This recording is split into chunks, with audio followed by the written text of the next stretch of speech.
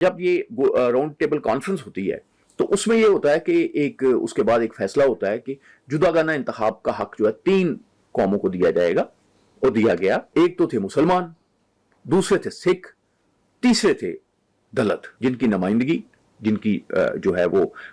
آگے چل رہے تھے، وہ ڈاکٹر امبیڈکر کر رہے تھے۔ اب جب ڈاکٹر امبیڈکر نے کہا کہ ٹھیک ہے یہ تو بڑا اچھا ہے، ہم اس میں دلت جو ہیں اب اس میں چلے جاتے ہیں، تو مہاتما گاندھی نے کہا نہیں جی، دلت تو ہریجن یہ تو ہمارے بچے ہیں، یہ تو بھگوان کے بچے ہیں، یہ تو ہم انہیں چھوڑ ہی نہیں سکتے۔ ابھی بھی دلت جو ہیں وہ بڑی تعداد میں موجود ہیں انڈیا میں۔ تو اب دلت جو ہیں ان کو اپنے ساتھ رکھنے کے لیے مہاتما گاندھی جو ہیں انہوں نے مرد برت رکھ لیا۔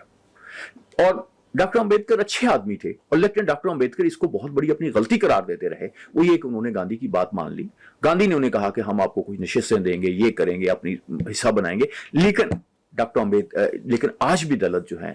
سب سے زیادہ احترام ڈاکٹر امبیڈکر کا کرتے ہیں، لیکن ان کے اس فیصلے پہ کہ انہوں نے گاندھی کی بات مانی، اس پہ اعتراض کرتے ہیں۔